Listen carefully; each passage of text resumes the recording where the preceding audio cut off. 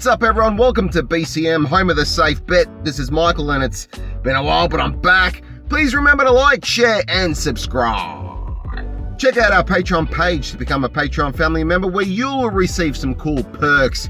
Want some merch? We've got t-shirts, the baseball caps, the phone covers, from boxing to crypto, and everything in between. So head on over to In-Stock Shop to find something you like. You can find the link below. Stick around to the end to see what the experts have to say, but first I'll break down what I think.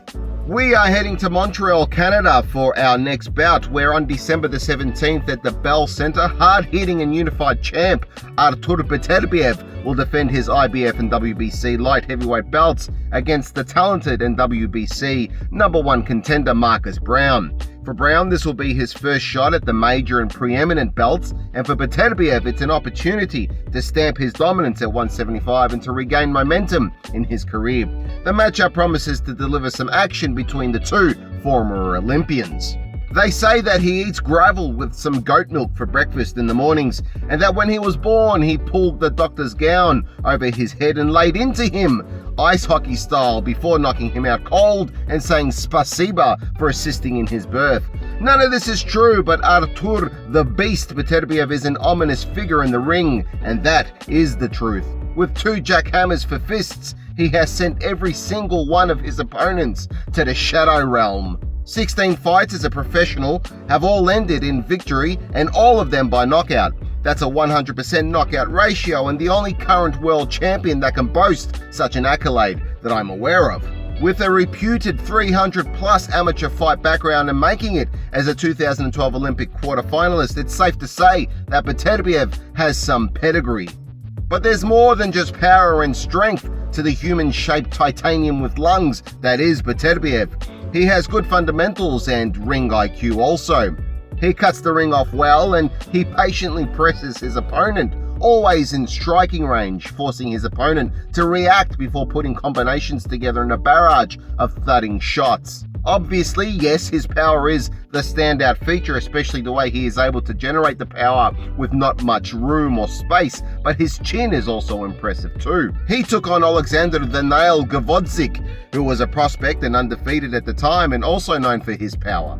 Gavodzic sent Adonis Stevenson to hospital with brain damage after their bout. Nonetheless, Beterbiev dispatched of him in the 10th round. Gavodzic has not fought a professional bout since their fight in 2019. With only one fight after a long period of inactivity between 2019 and 2021, Beterbiev is looking to gain some momentum, and at 36 years of age, he will also be looking to add some decent names to his resume to cement the legacy before his career is over.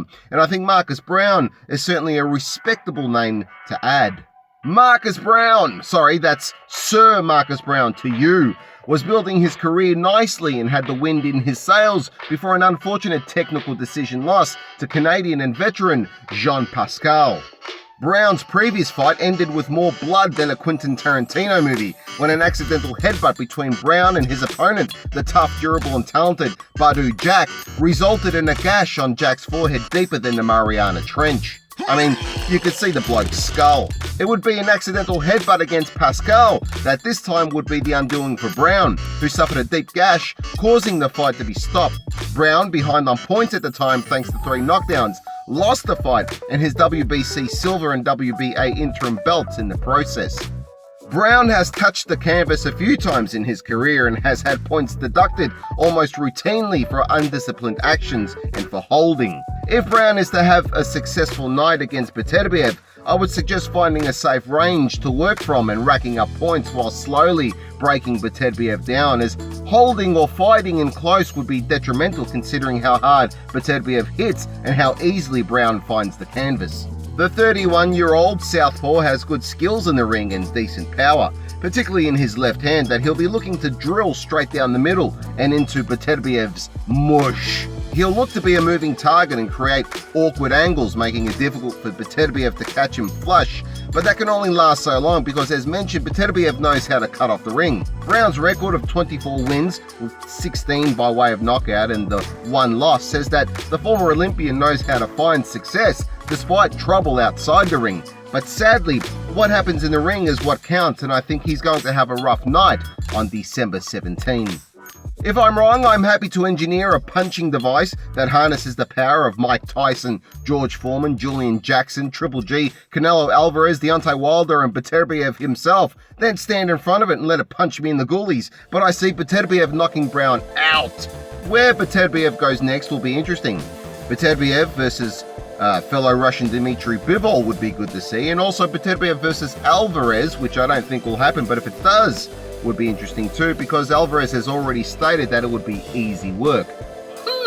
Before we hear from the experts, a reminder that if you want to show your support, you can like, share and subscribe.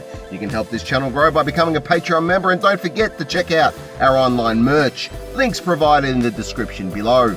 Life is a fight outside the ring, and if you are struggling with depression, anxiety, substance abuse, low self-esteem, debt, sleepless nights, and so much more, I can tell you that I have been there, and I have some crazy stories to share, but more importantly, I turned my life around, and my experiences might help you to do the same. You can find out in my book, How to Get Out of Life Traps. It's available on Amazon. Just follow the link below.